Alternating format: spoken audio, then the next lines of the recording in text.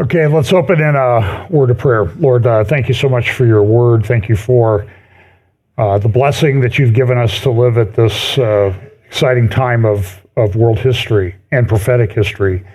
Pray that you'll help us to be wise in the way that we live in these days, and that we will always be motivated to share the truth of the gospel of Jesus Christ with those around us, and help us to be able to pay attention and discern the times in which we live. Bless us today in Jesus' name, amen. Well, today I'm going to call this When Illusion Becomes Delusion, and you'll probably pick up on why I decided on that title today. Again, this is some of the things that we talk about: acceleration, convergence, logistics, understanding. Things are going to happen quickly. They're all going to be happening at the same times in terms of all these hundreds and hundreds of Bible verses that relate to end times Bible prophecy that have not yet been fulfilled.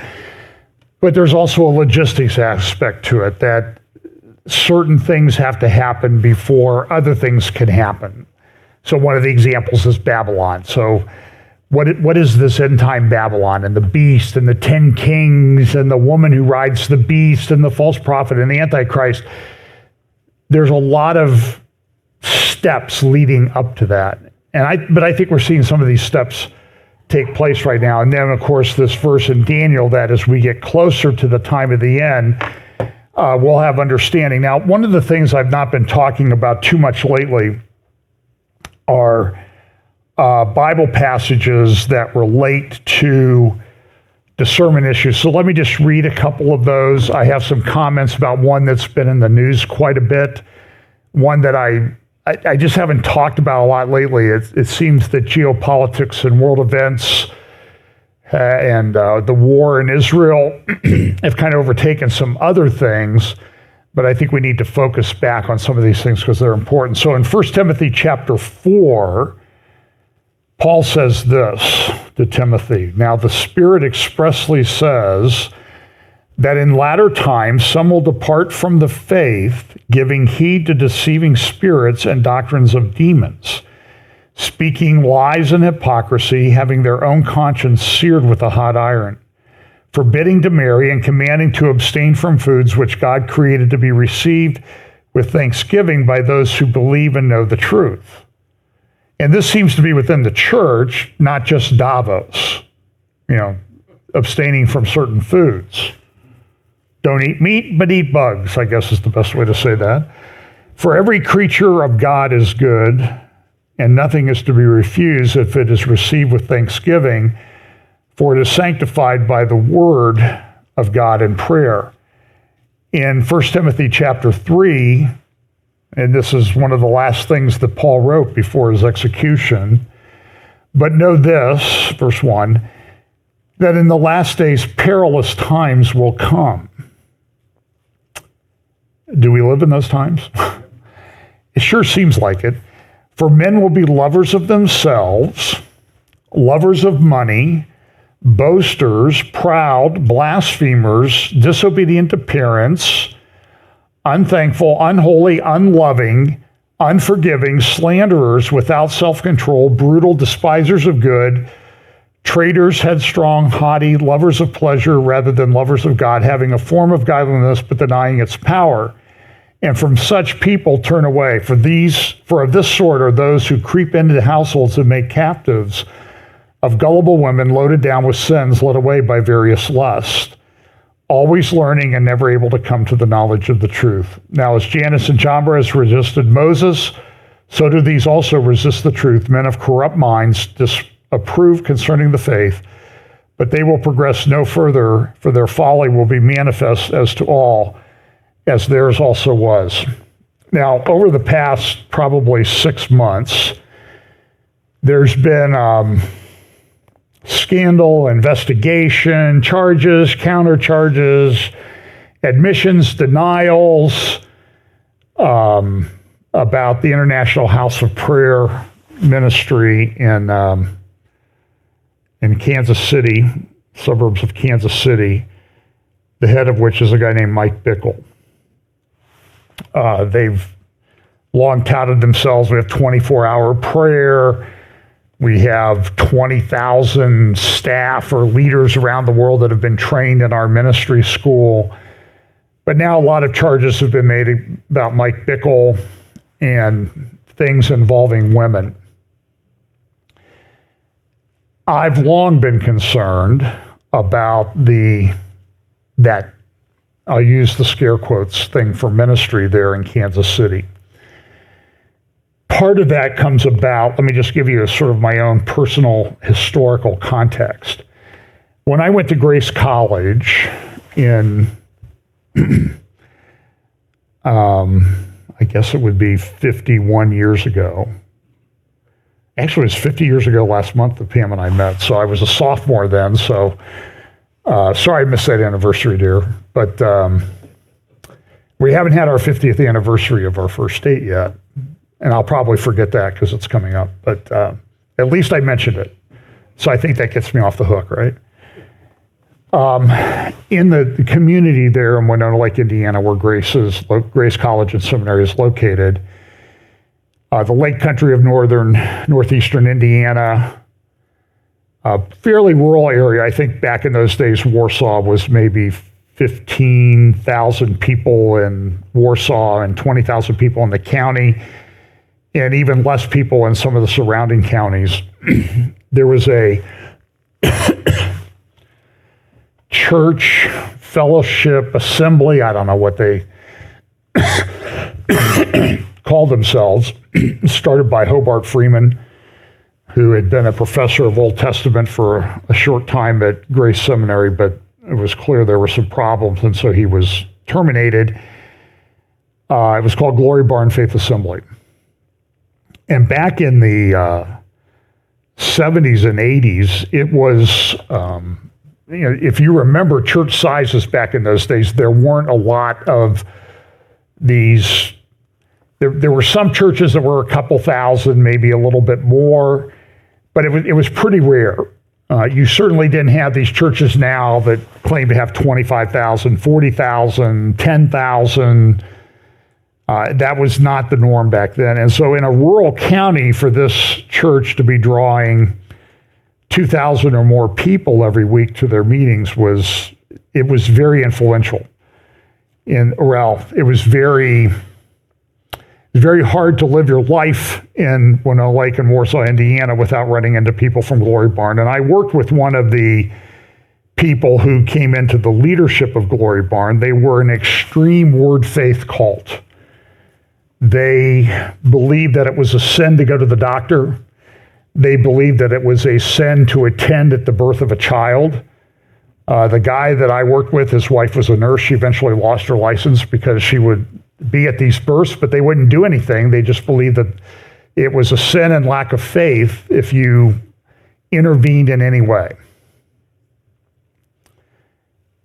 And that led to some rather ludicrous things. There was a guy running around town who had no finger. Well, he was missing a finger, but he said, I have a finger. It's a faith finger.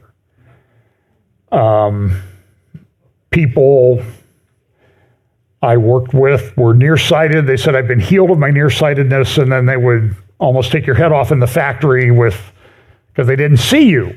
But I've been healed. I don't need my glasses. Well, I think you do. Well, I believe that I've been healed. And so there were eventually, I think the toll was about 91 people died within the Glory Barn for not seeking medical care. There were at least 8, 9, 10 children that died at childbirth. And then a lot of times they would lay the child's body on an altar and pray for a number of days for the child to come back to life, which never happened. Hobart Freeman himself was eventually charged with, I don't know if he was charged with fraud or something, and I remember one of the last scenes I saw of him was a news video of him being carried into the courthouse shortly before he died at the age of 61 or 62. He had untreated diabetes, developed gangrene, and could not walk. But he had faith. And so the Kansas City International House of Prayer sort of has operated a bit in that way, maybe not that extreme, but remember was there was a group of, there was a thing called the Vineyard Fellowship in Kansas City that had several prophets associated with it. The three most prominent ones were Paul Cain, Bob Jones, not the Bob Jones who started the university down in, when my parents went there, it was in Tennessee. It later moved to South Carolina, but a different Bob Jones, and then Mike Bickle. They were very much loved, I guess, praised by John Wimber, the founder of the Vineyard Christian Fellowship in Southern California. Wimber had started out, I believe, as a Calvary Chapel, but Chuck Smith told him to leave because of the things that he was getting into. There was another theologian that had gone to Dallas, believed that he'd had some kind of prophetic vision, named Jack Deere, who became sort of a lot of the theological grounding for what went on at the Kansas City Vineyard. And they prophesied that there was going to be great revival in England in the early 90s or late 80s. And the only thing that we've seen come from that is that there have been more mosques built in Great Britain than churches have been over the ensuing 30-some years. It was a Vineyard Fellowship that also, I think in 1991, 94, where this thing called the Laughing Revival broke out. And it got so extreme that even John Wimber eventually said, you guys need to leave. This getting down on the ground, laughing and making sounds like animals is certainly not biblical. But Bickle and Paul Cain and Bob Jones have persisted in Kansas City. Some of them branched off. Paul Cain was himself found to be having had homosexual relationships. Bob Jones was seducing women to unrobe as part of his, quote, prophetic ministry. They were disciplined, but you need to remember that remember Todd Bentley back in Lakeland, back 2007, 2008, the Lakeland revival? The first guys to go down there and endorse his ministry and bless it were Paul Cain and Bob Jones. So Bickle has persisted, but now there are allegations and charges about relationships with women, and the whole thing is sort of coming apart. So I don't talk about it that much anymore. Someday I'll do a long 2, 3, 4, 5, 6 teachings on some of the things that have gone on in the church, but this is one of the more egregious examples of it over time. I've always had I've had a real check in my spirit about IHOP, in the HIOP in Kansas City, the International House of Prayer. I had a couple cases in Kansas City area back in the 90s, and so I spent a lot of time there. I was there mostly every week. I went out there sometimes, and I'm just telling you that my personal experience with them did not make me feel any better about what was going on. Now, you need to understand, I grew up in a fellowship that was cessationist, not supersessionist. Supersessionists believe that the church has replaced Israel. Israel's all over and done with. But cessationists believing that the miraculous gifts that we've been talking about in the book of Acts, tongues, healing, that sort of thing were for that time, but not for now. Now, I've sort of moved away from that, but I still think that to the extent that these gifts exist, they're very limited, just like they were in the book of Acts. It's certainly not normative in my view. But I had a professor. I took Greek in undergraduate. I minored in Greek, New Testament Greek, and one of my professors, he had written a book called Tongues and Biblical Perspective, where he said tongues were ceased, it was over, it was for that time, it's not for today.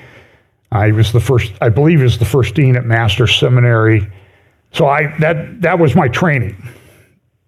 Now, like I said, I've sort of adjusted those views, but I still am of the view that this is very, it's not the norm. And I don't think these ministries that build themselves on these signs and wonders often will end up in a bad place. I think Todd Bentley is only one of the best examples of the last 20 years. And if you remember, when Todd Bentley was blessed, he was blessed by people like Shay On, Stacy King, I think is her name. They had this big meeting. I've played video clips of it off and on over the years. It was Peter Wagner, who helped found. I was the president of Fuller Theological Cemetery, as we like to refer to it, in Pasadena, California. He went down and blessed the thing. And it wasn't, after they had this big to-do in Lakeland, it wasn't, 3 weeks till Todd Bentley ran off with one of the ministry workers and left his wife and children. And it was shortly after that that a guy named Rick Joyner down in the Charlotte, North Carolina area came out and said, well, Todd needs to be restored. Like 2 weeks later. And now there have been all kinds of allegations of Todd's relationships, liaisons with men and women since. As Bickle has gone through this process, there's big investigations going on. It's hard to follow because there's so many things flying around. But there was Rick Joyner again this week saying Mike Bickle needs to be restored to ministry. So I've dealt with these things in ministry over the years as a leader, as an attorney, and I can say that sometimes you have people who fall into immorality, and when there's repentance, they should be restored to fellowship. That's a very different thing than being restored to leadership. And I've had discussions with people about these things over the years where people have fallen and they say, well, maybe we should hire them in this ministry. And I'm like, listen, no, they were terminated for a reason. I accept the fact that they've repented and God has forgiven them, but that's a different thing. Don't, tell them to go do something else with the rest of their life rather than be involved in ministry, because I think they've disqualified themselves. So I just want to bring this to your mind. If you haven't seen it, it's out there. It's all over Twitter. There's a lot of allegations flying around. So let me talk about some few things. Now, I don't say this because sometimes I think if I say something about Trump, people think I'm endorsing Trump. If you want to vote for Trump, that's your conscience. If you want to vote for Joe Biden, that's your conscience. Okay, that's. I think there are problems with all of them anymore, but I think that what we're seeing are a lot of false accusations being made. So there were these accusations, Trump's an insurrectionist, he should be barred under the 14th Amendment.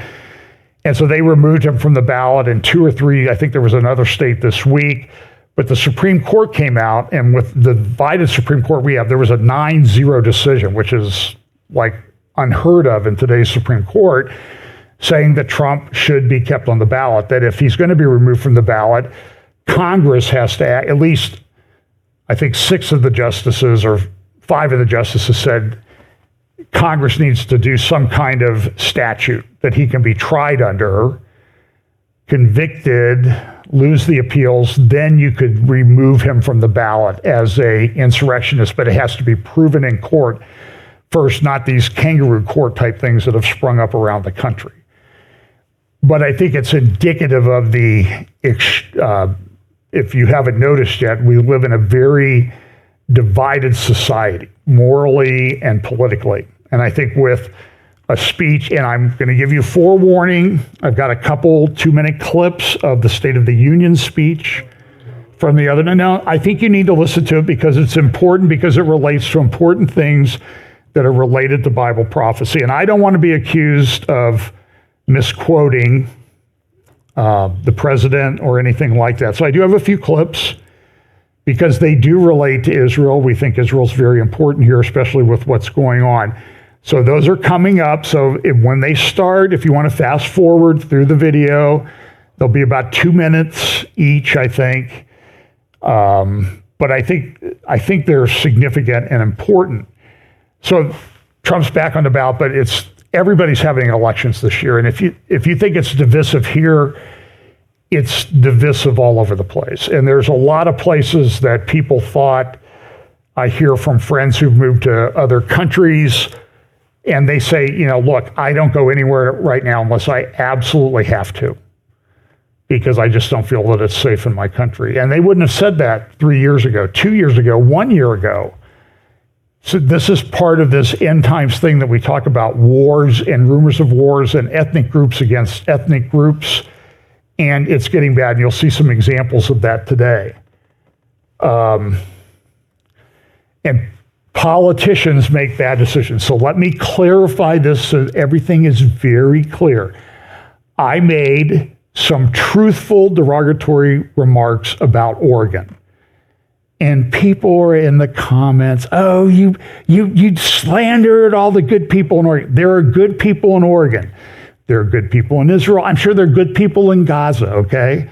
So you're allowed to make generalizations. That's how we have discussions and arguments and that type of thing.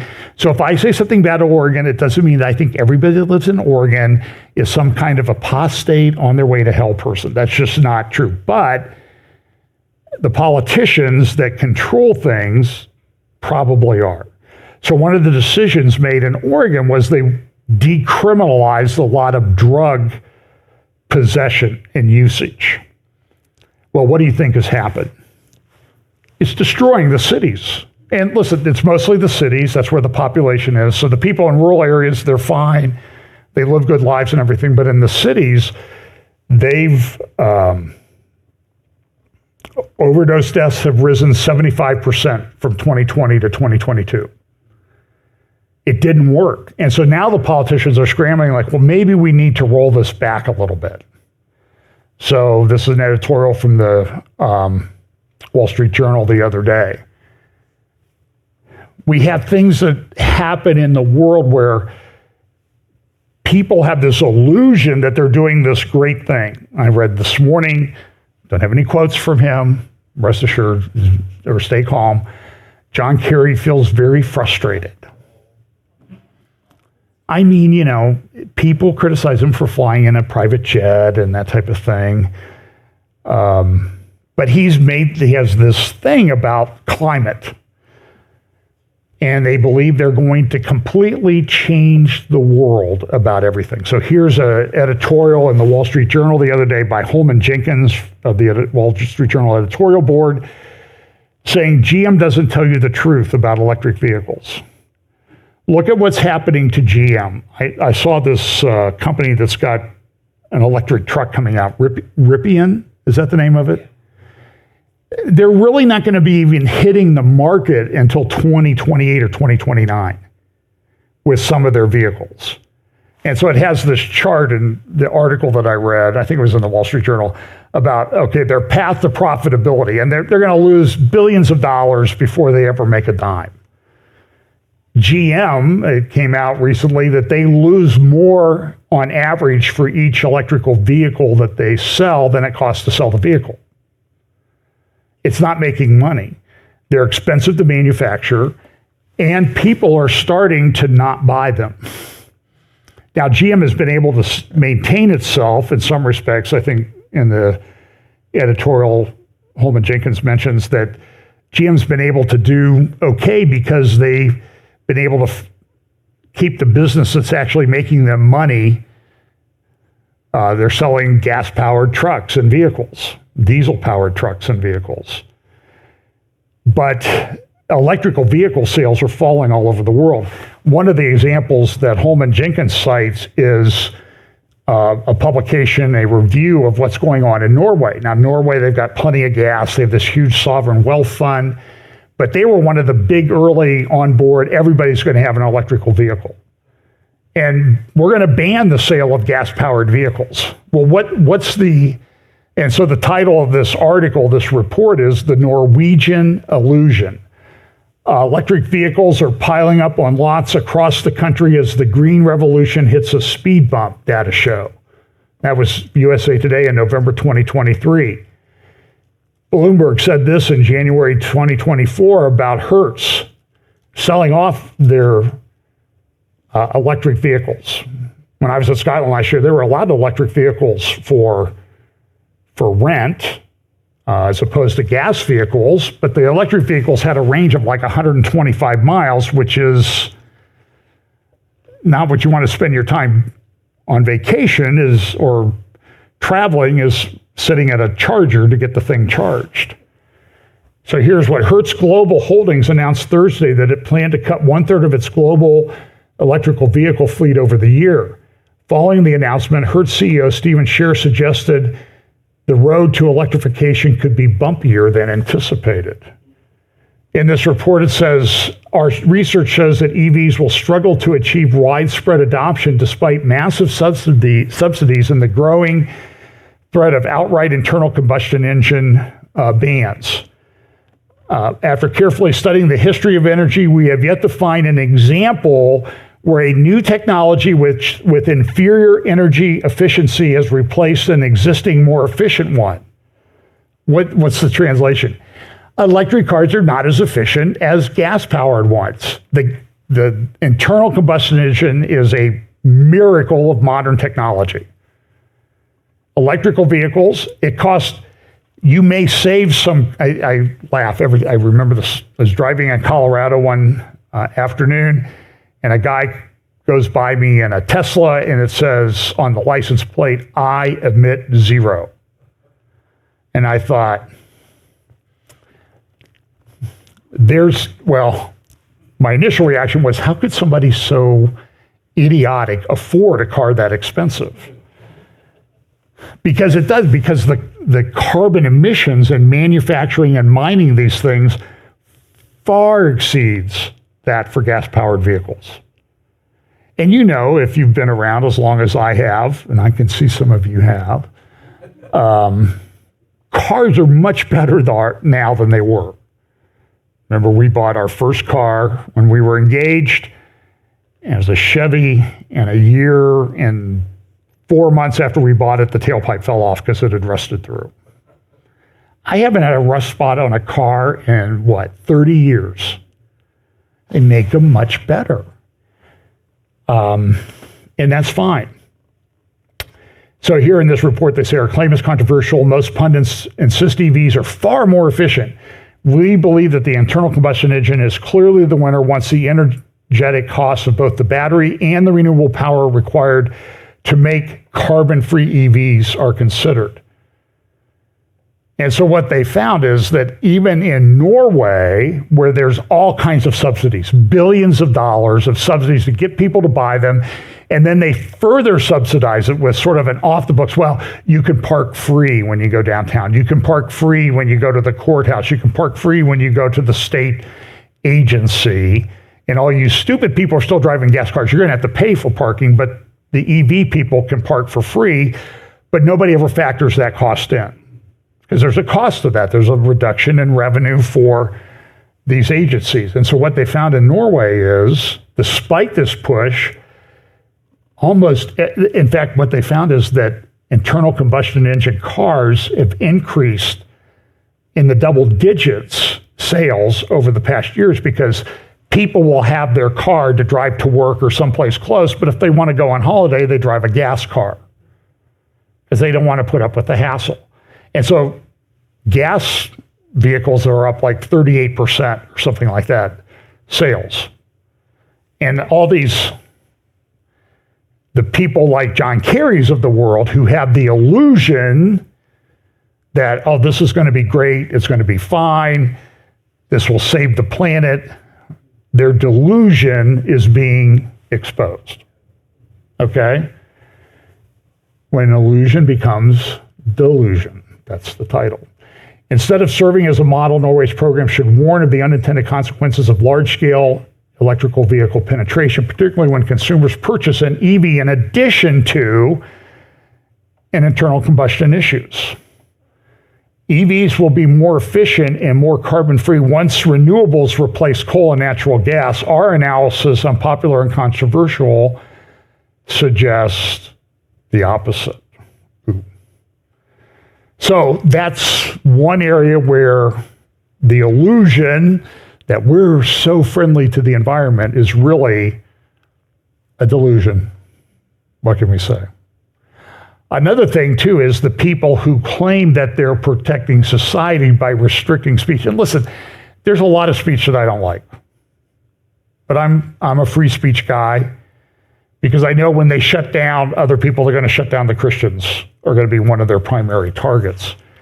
And one of the places where this is happening in Canada, Canada currently has in their criminal code some hate crimes. Here's one: willful promotion of hatred. Everyone who by communicating statements other than in private conversation willfully promotes hatred against any identifiable group.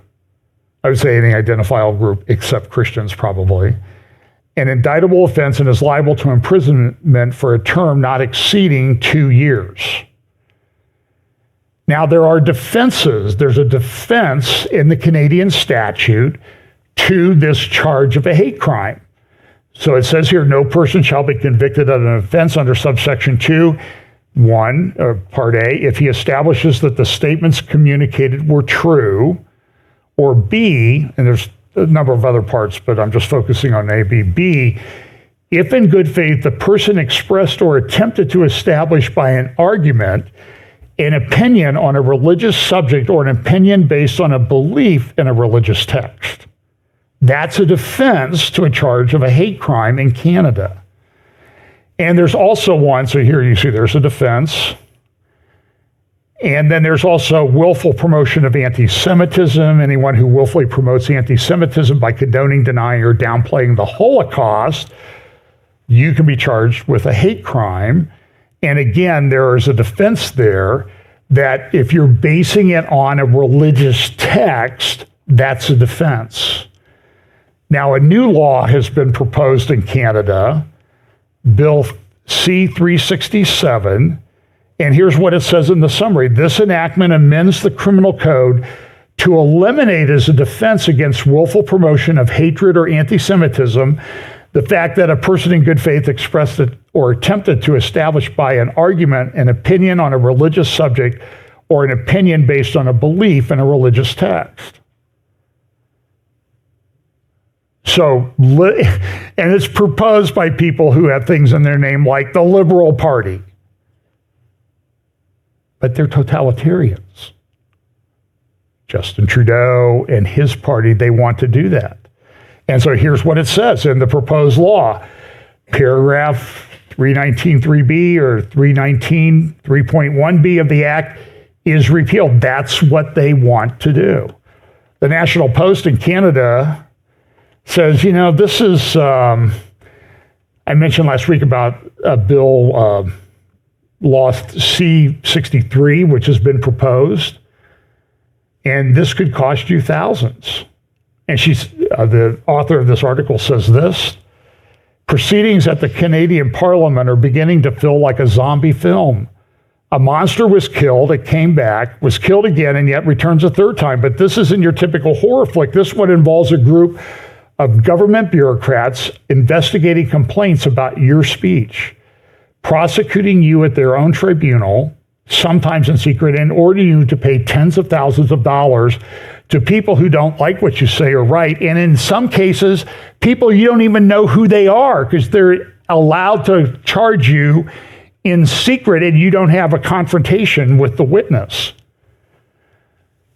The undead antagonist at the center of it all is the civil penalty for hate speech proposed last week in Prime Minister Justin Trudeau's newly tabled Bill C-63. So that's that. We talk a lot about AI. And so they're doing this. The illusion is, well, this is for your own good. We want to protect society. We want everybody to get along. We want people to walk down the street singing Kumbaya and that type of thing. And it's a delusion because they make it much worse when the illusion becomes delusion. Again, I think there's ample examples of this. So here's an article in the Wall Street Journal yesterday. U.S. spy agencies know your secrets. They bought them. Big, long article. Car companies, listen to this. Car companies, roadside assistance services, and satellite radio companies also collect geolocation data and sell it to brokers who then resell it to government entities. So it's interesting, okay? If usually the government in the United States would have to get a search warrant, they would have to have probable cause. But now they just buy it from these companies. And when you sign up for an app, you click on the terms of service, you never read it, and it says we can sell your data anywhere we want. You're consenting in advance. So the government's able to do indirectly what it couldn't do directly. They couldn't go to court and get a warrant, usually. That presumes that the people that are trying to get the warrant won't lie, and we know that that's not true.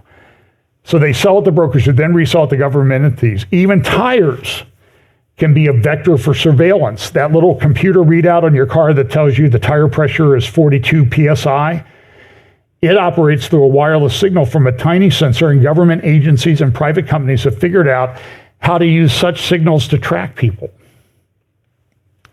So the arguments in the Fannie Willis disqualification proceedings down in the Georgia election case against Trump and a bunch of other people, to which a bunch of people have already pled guilty.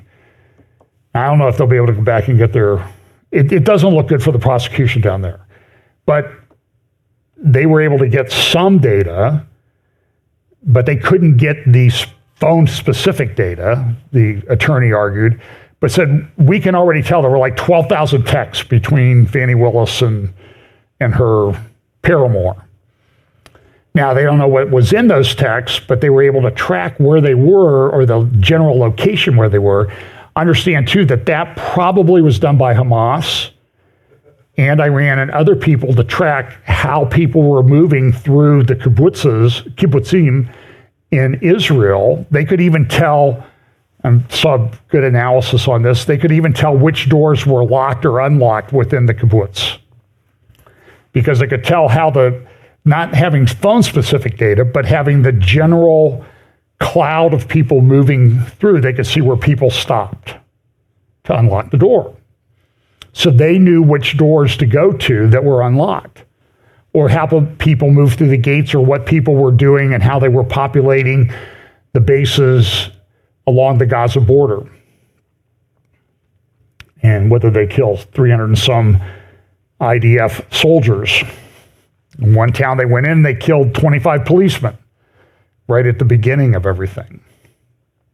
So understand that this AI and computer stuff is allowing tracking like nobody's business. I saw something from our utility the other day. You're worse than 90% of your neighbors in the way you use energy at your house. Okay. So maybe you want to look at that. Somebody else sent me a note, said that she had received something from her bank that they had analyzed her credit card and said, you're spending too much on non-essentials. So now it's all for your good, right? The illusion is we're making this into a utopia, but in reality, what is it? It's a massive delusion that people are living under. It's control. You see this in many areas. I read the New York Times. It's like Cal Thomas said, I read the Bible every morning, and then I read the New York Times and Washington Post so I know what the devil's doing. So this was in the New York Times the other day. So they had a big article about, here was the article that they had. President Biden used his State of the Union speech to exhibit his stamina. And in the same paper, there was this little blurb. Much of the social media campaign seems to be directed at the philanthropist George Soros. Oh, so that's what he is. And so there's a delusion. And this delusion exists on a lot of levels. For example, this is France. the first country in the world to enshrine abortion in their constitution. Specifically. Look at this. This is a report from German Deutsche Welle media. Look at what they say. They look at the celebrations that are going on in France. And here pour l'adoption, 780. Contre, 72. There were also jubilant scenes in the French parliament when the result of the vote was announced.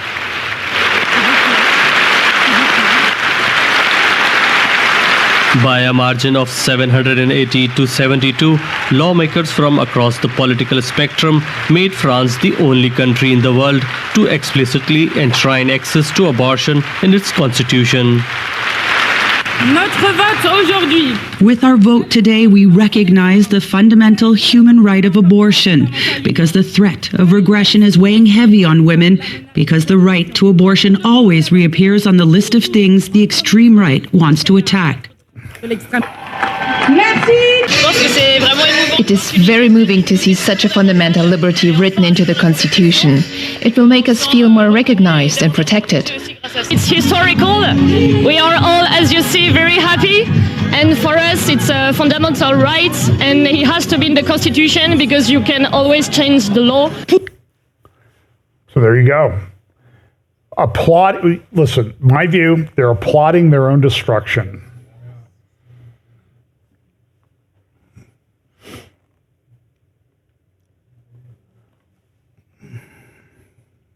It came up at the State of the Union. So here's a warning. Here's a clip from the State of the Union about a woman's right, because this is a big deal in the election coming up. Many of you in this chamber and my predecessor are promising to pass a national ban on reproductive freedom. My God, what freedom else would you take away? Look, it's a decision to overturn Roe v. Wade. The Supreme Court majority wrote the following, and with all due respect, justices, women are not without electoral power. Electoral or political power. You're about to realize just how much you're right about that.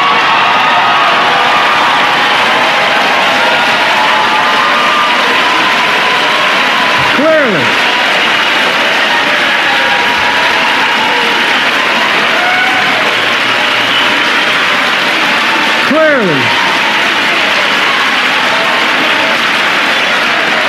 Those bragging about overturning Roe v. Wade have no clue about the power of women. But they found out when reproductive freedom was on the ballot. We won in 2022 and 2020, and we'll win again in 2024.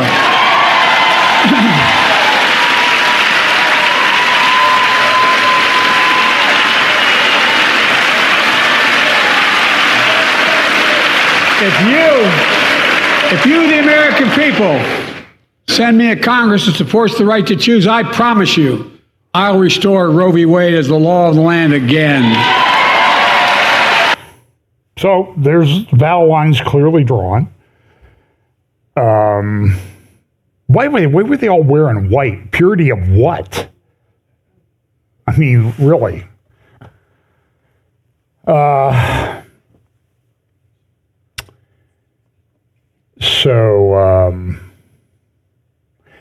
I'll talk about this in a moment. Israel report came out from the UN about claims of rape and sexual abuse in the invasion from Gaza. And it's been I see people all over the right saying, oh, it never happened. It never happened. They never attacked anybody who was a civilian. It's the lies that I see are just absolutely off the charts. It's troubling. And sometimes these are people who I think do a good job on some other issues. But on this one, they're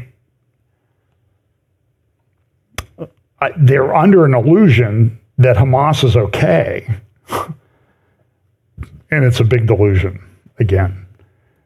In London, Jonathan Spire, who I interviewed last week, he's in the UK right now, and he was posting about the protests that go on in London all the time against Israel that are pro-Palestinian, pro-Hamas. So this front page of the Daily Telegraph yesterday, London is now a no-go zone for Jews. London, central London. One of the ministers in the UK government has said extremist acts have been normalized in Britain. This government must move faster to keep us safe. The Hamas attacks of October 7th will come to redefine our era, he says. Not since 9/11 have extremist networks been as emboldened. Anti-Semitism is skyrocketing, inflammatory and borderline criminal rhetoric widely shared on social media. A sense that the terrorism threat is rising. Protests becoming ever more vociferous, with From the River to the Sea beamed onto the side of Big Ben during a vote on Gaza. Members of parliament more fearful for their safety than ever. The prime minister last week pointed to a shocking increase in extremist disruption and criminality. He was right. Now he needs policies that meet the scale of the challenge. And so they're talking about this. Now, even in the Conservative Party in the UK, they're divided over the definition of extremism because it may bring in trans activists and Christians, traditional Christians, will get caught up in the crackdown on Islamists. And it's a conundrum. So here's a picture of thousands march in London calling for ceasefire as aid heads to Gaza. You remember that one of the important things with the Balfour Declaration back in 1917 about a state for the Jewish people? Here's Balfour's painting in a museum in London being defaced by an activist and then cut up.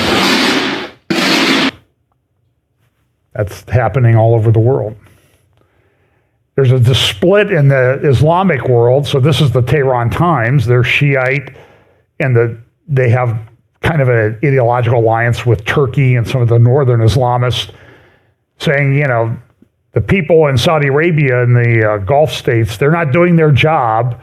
They're not doing anything, and so Israel's allowed to commit genocide.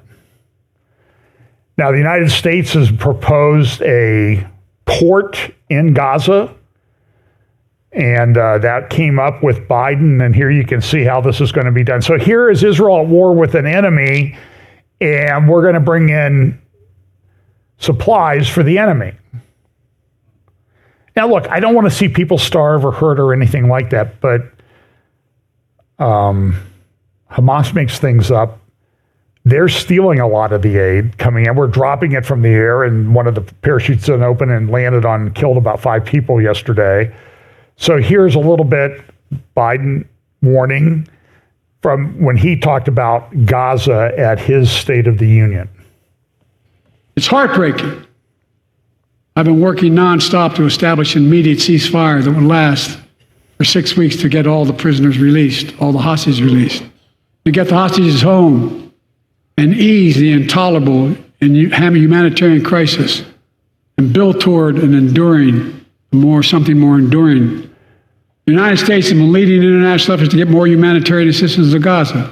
Tonight, I'm directing the U.S. military to lead an emergency mission to establish a temporary pier in the Mediterranean on the coast of Gaza that can receive large shipments carrying food, water, medicine, and temporary shelters.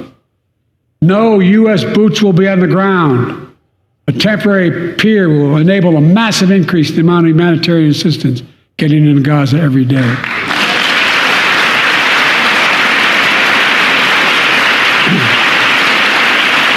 And Israel must do its part. Israel must allow more aid into Gaza to ensure humanitarian workers aren't caught in the crossfire. They're announcing they're going to have a crossing in northern Gaza. The leadership of Israel, I say this: humanitarian assistance cannot be a secondary consideration or a bargaining chip. Protecting and saving innocent lives has to be a priority. As we look to the future, the only real solution to the situation is a two-state solution over time.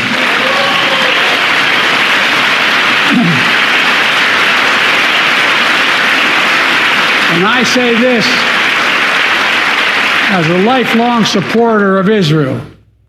My entire career, no one has a stronger record with Israel than I do. I challenge any of you here. I'm the only American president to visit Israel in wartime. But there is no other path that guarantees Israel's security and democracy.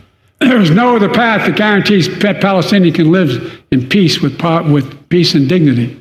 There's no other path that guarantees peace between Israel and all of its neighbors, including Saudi Arabia, with whom I'm talking. Creating stability in the Middle East also means containing the threat posed by Iran. That's why I built a coalition of more than a dozen countries to defend international shipping and freedom of navigation in the Red Sea. I've ordered strikes to degrade the Houthi capability and defend U.S. forces in the region. As Commander-in-Chief, I will not hesitate to direct further measures to protect our people and our military personnel. So, and then this is true in the UK. Benny Gantz went on a tour. He's part of the war cabinet.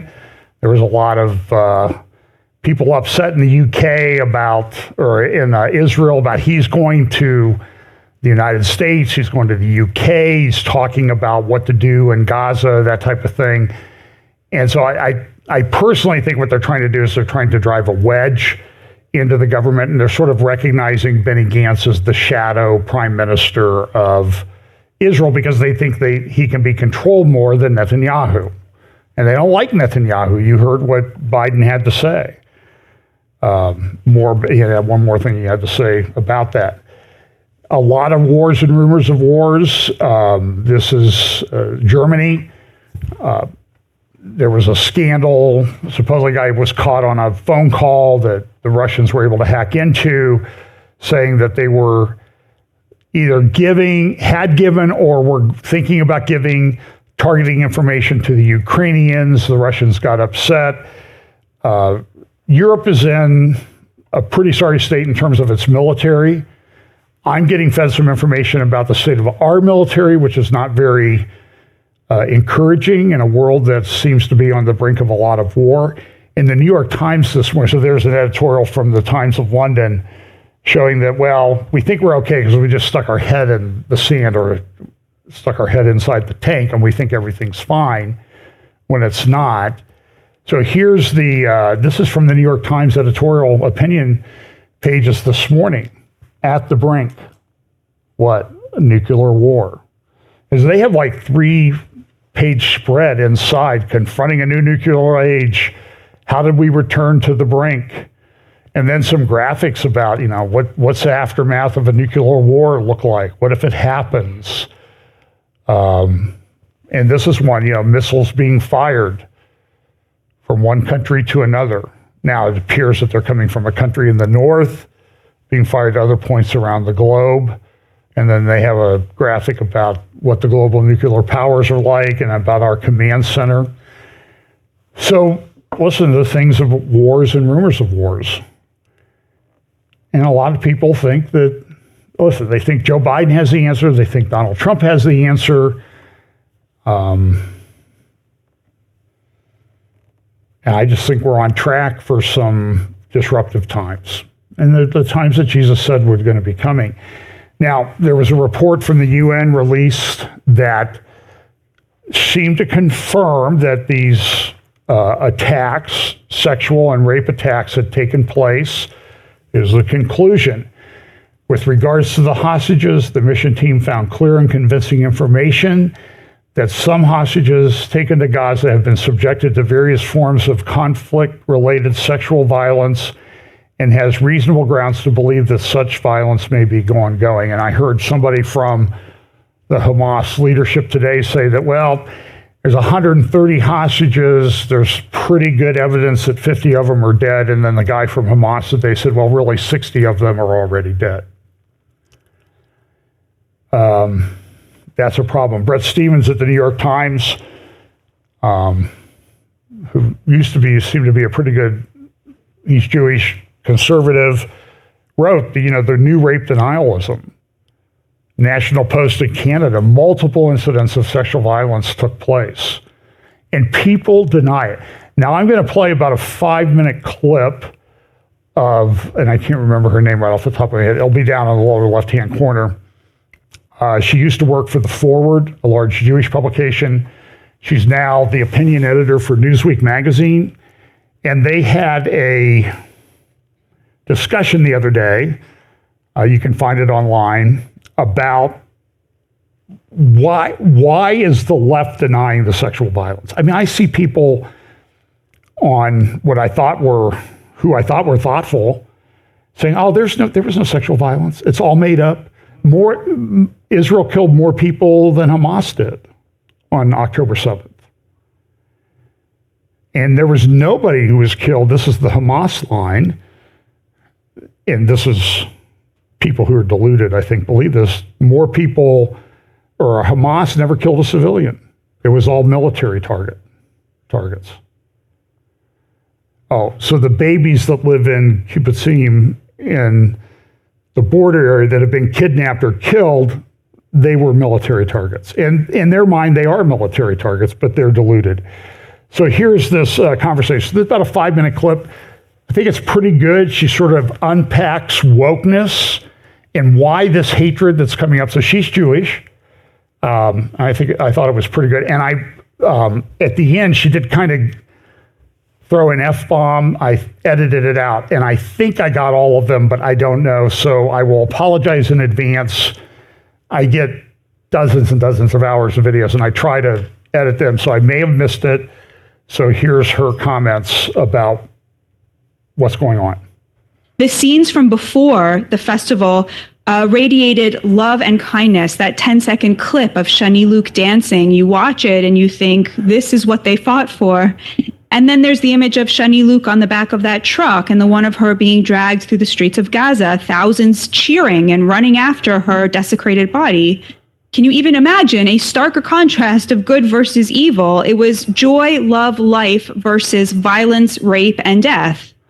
Surely, I thought in my naivete, the left would see themselves reflected in these music-loving young people who looked like they had stepped out of the Haight-Ashbury in the 70s. Surely Noah Argamani begging for her life as the butchers ride off with her would inspire in the left a sense of identification and a corresponding sense of fear and anger.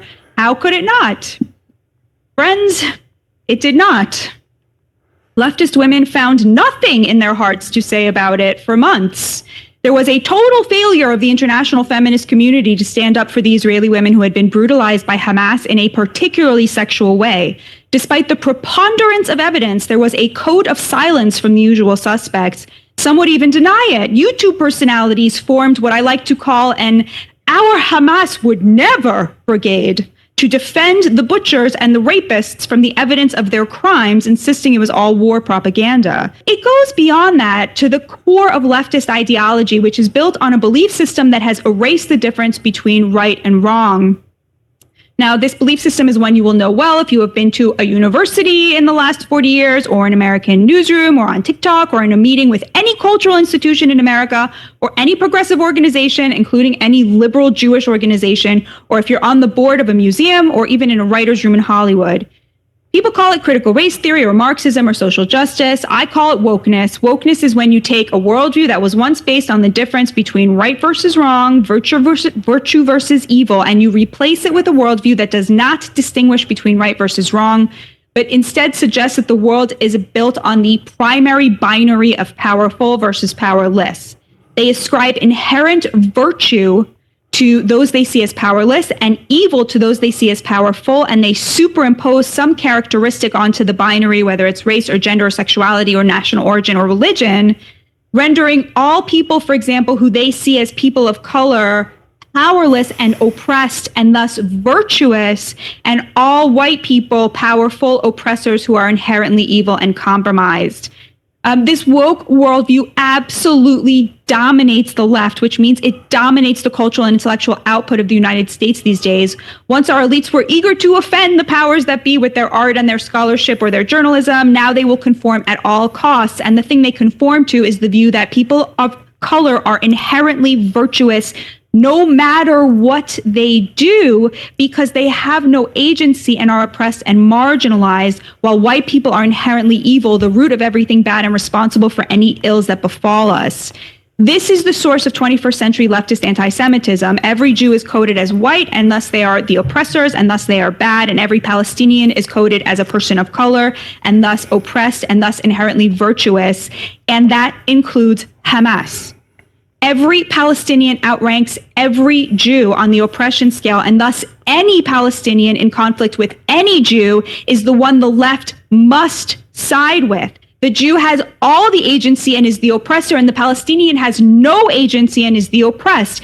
Anything bad that happens between them must ergo be the Jew's fault, because you cannot blame someone with no agency for anything. They are an innocent, like a child.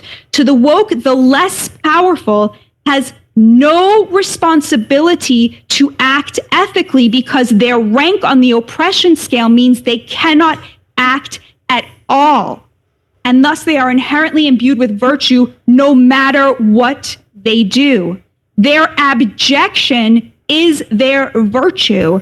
And that goes for the terrorists among them as well. Because to the woke, people of color have no agency when a so-called person of color commits a heinous act against a so-called white person. The agency of their actions must be reassigned to their victims who have agency. What this means is that when a Palestinian rapes a Jewish woman, the agency was hers. It was not his. She remains the oppressor. His act was her fault, and her suffering does not release her from the burden of her status as oppressor, even in death. That is why leftist feminists cannot side with raped Israeli women. To do so is to betray everything they believe. They truly see the Israeli women as deserving of everything that happened to them and having brought it on themselves. Like the conservatives of yore who blamed rape on the miniskirt worn by the victim, the left today blames the fact that Israel has more power than Hamas for everything Hamas does. They simply cannot think their way out of seeing Hamas as virtuous, because to do so would be to admit that their entire worldview is not only wrong, but is disgusting. So that she went on for about 15 minutes like that. So you just saw a small clip of it. And I thought she did a great job of explaining the inexplicable. I mean, this is a delusion that people are operating under. So one more clip of Biden talking on MSNBC about Israel. And this will kind of give you an idea of where he's going. I mean, look, he's the president of the United States.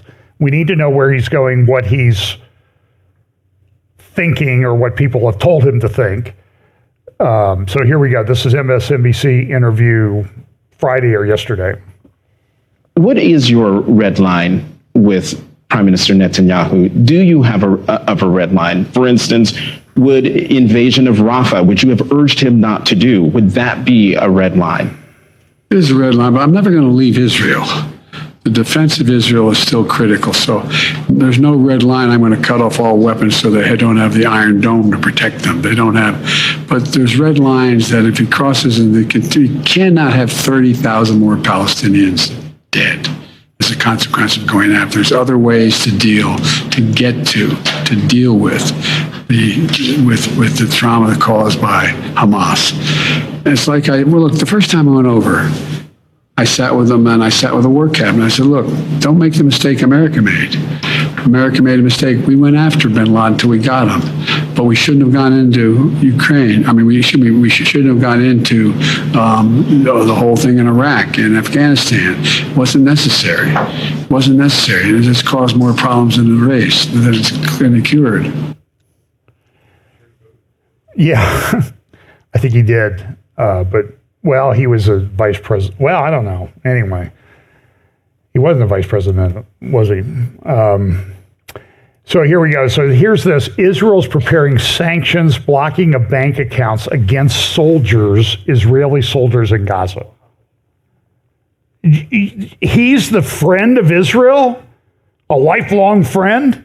I could probably do without a friend like that.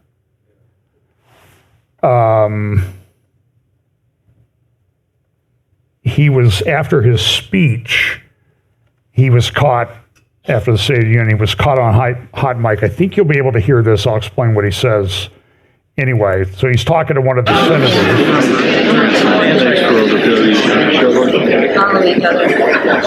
This is one of the great speeches. So anyway, this guy says, I'm a supporter of Israel. I've always been a supporter of Israel. And here comes Biden's comment just a second. You got to keep pushing what you're doing on the humanitarian stuff and all this stuff. So I told him, maybe some people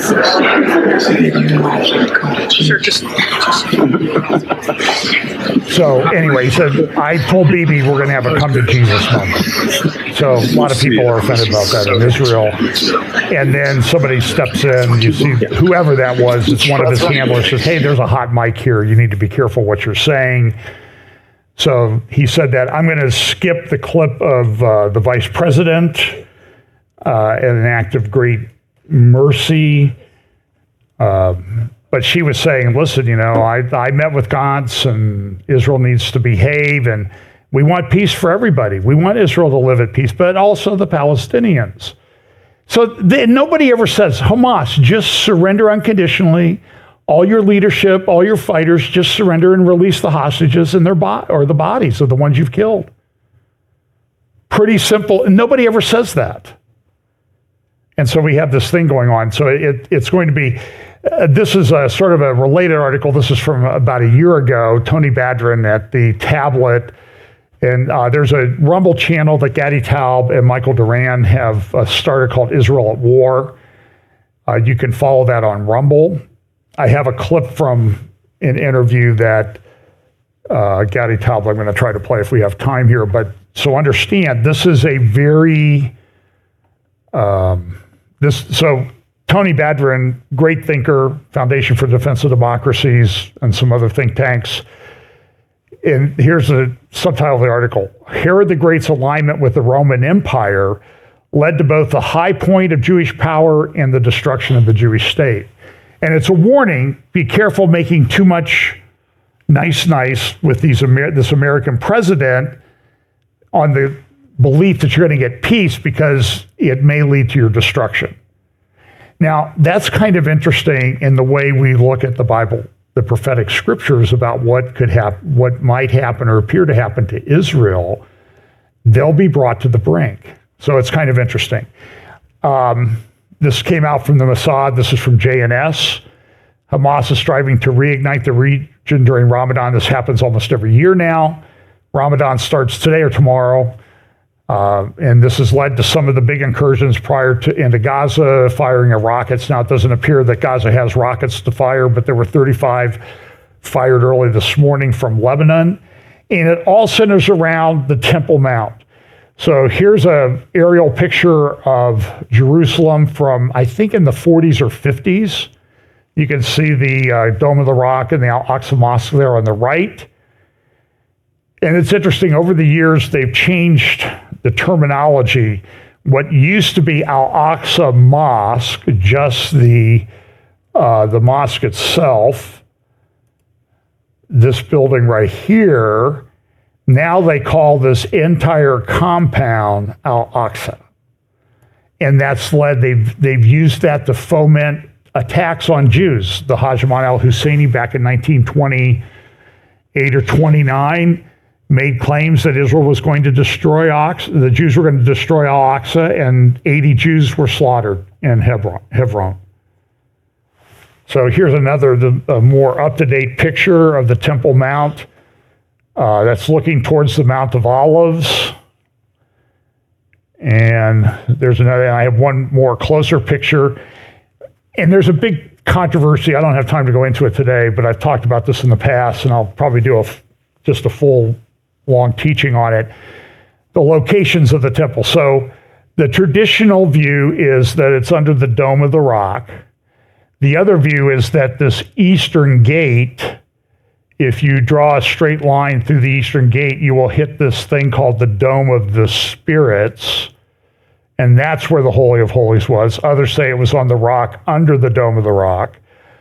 A third view is that the temple was built here, There's a fountain here. And some other people said, yeah, there was a thing called the Red Heifer Bridge that came down, and there was an eastern gate here that lined up with the temple and the Holy of Holies. So that's another view. And then there's one in the city of David. I don't put much credibility in that. So that's interesting. Now, if you take the Baalbek temple of Zeus, Jupiter statue, and that type of thing, and you overlay it on the Temple Mount, it's almost exact. And you'll see, while the Dome of the Rock is 8-sided, there was a 6-sided, whoops, went the wrong way. There was a 6-sided temple at Baalbek, okay, here, and then there was also a temple here, which would correspond to Al-Aqsa Mosque. Here, I'll make it a little bit transparent. So you can see the Dome of the Rock under the 6-sided thing, and it's almost a one-to-one. So it appears to be the same architect designed the same thing.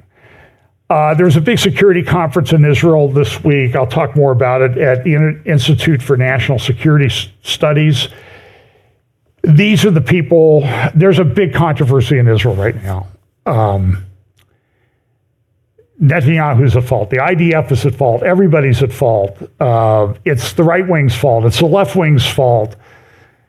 And there's plenty of blame to go around for what happened on October 7th. But the INSS, by the way, they were an organization that said, oh, we just need to have a nice technologically superior army, and they'll be able to take care of everything.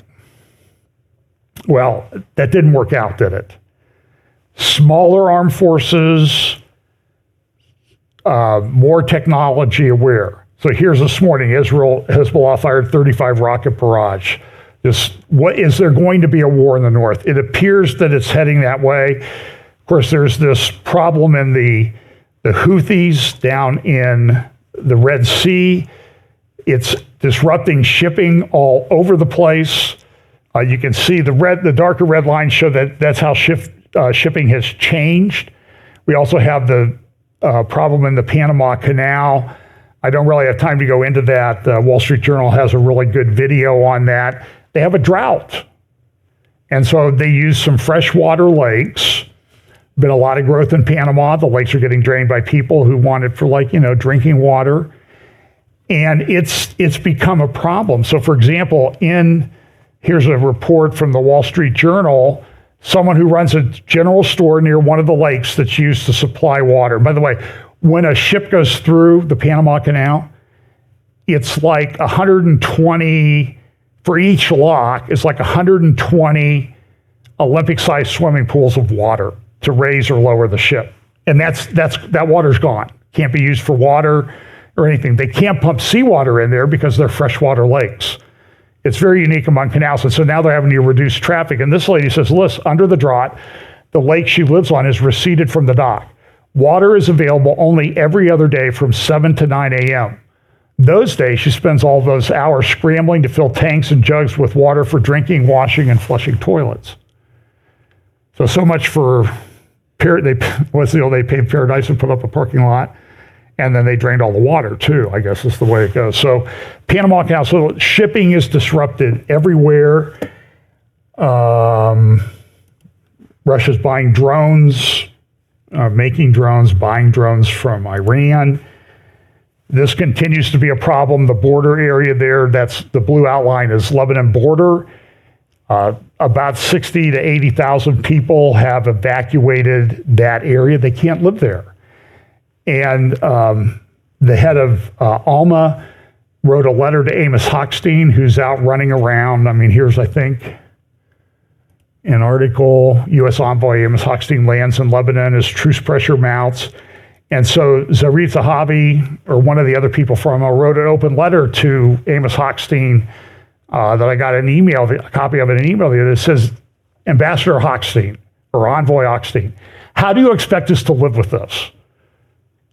What do you expect? I mean, here's just 3 videos side by side of just the other night in northern Israel in the Upper Galilee. That's Iron Dome knocking down these missiles that are fired.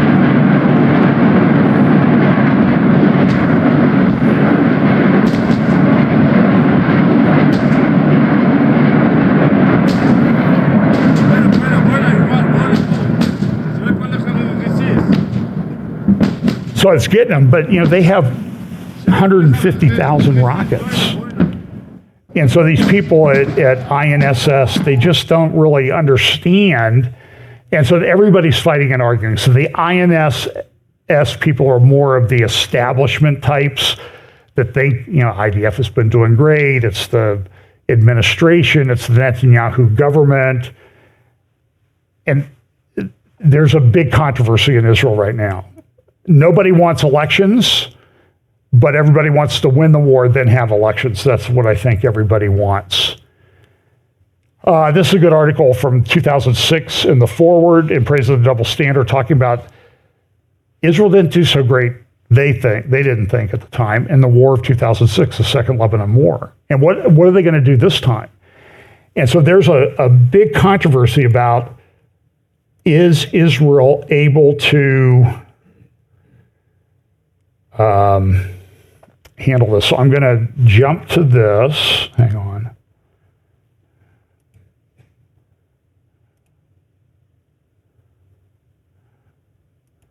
I need to turn down the sound. This is Gadi Taub and a General Brick. Hang on here. Now, I need to fast forward because you don't want to listen. You don't want me to play all 36 minutes, and it's translated. So the general's talking about the state of tanks and that type of thing. He was a tank commander. He's a retired general, and he's been warning people for years, you're not prepared for a war. We need more people. We need more equipment. And everybody's telling him, just shut up, General. You're retired. Go away. And so this is translated. I went to the outpost 24 hours. I talked to the soldiers. They say they don't have the night vision equipment when they are sitting at the lookout at the post watching at night. They don't look at anything they don't see, so they are on their smartphones. I found out that they do not do exercises for the outpost. I found that Gad Ashkenazi, this chief of staff, he's now in the war cabinet, has a very large force canceled the territorial brigades, which are a reserve in the rear. So what happened was that any company of 70 people in a company outpost on the northern border received a much larger section of scanning from 5 miles to 10 miles.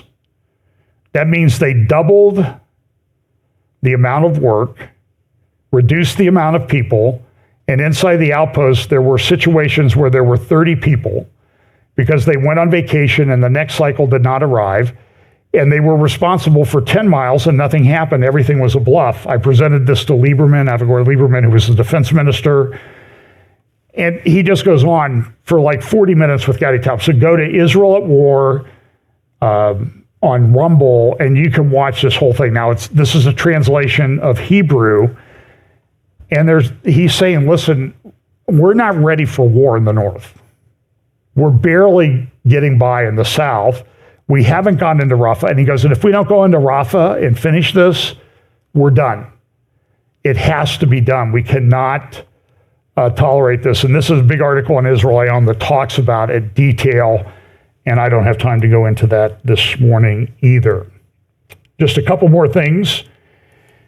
So here's Erdogan yesterday giving a speech saying Netanyahu deserves a place alongside Hitler and Mussolini. He's as bad as they are. Erdogan saying this.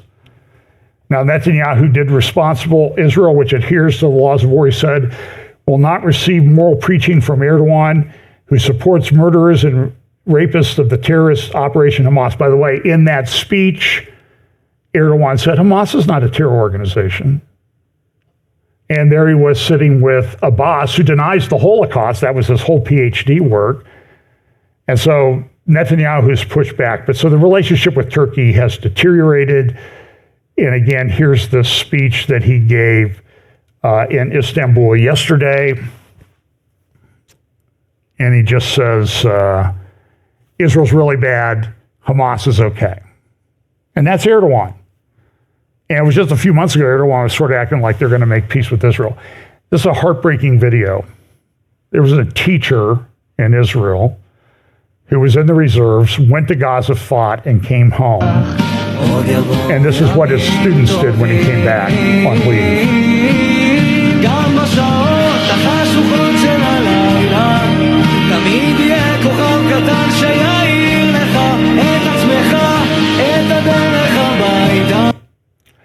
The unfortunate thing is he was killed the other day in Gaza.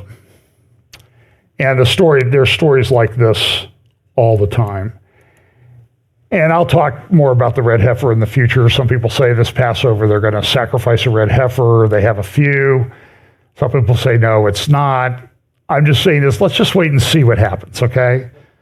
I think that we shouldn't say it's definitely going to happen, but we should not be saying it's definitely not going to happen. It could happen. I think it's going to happen at some point. So whether it happens in my lifetime or not, I don't know.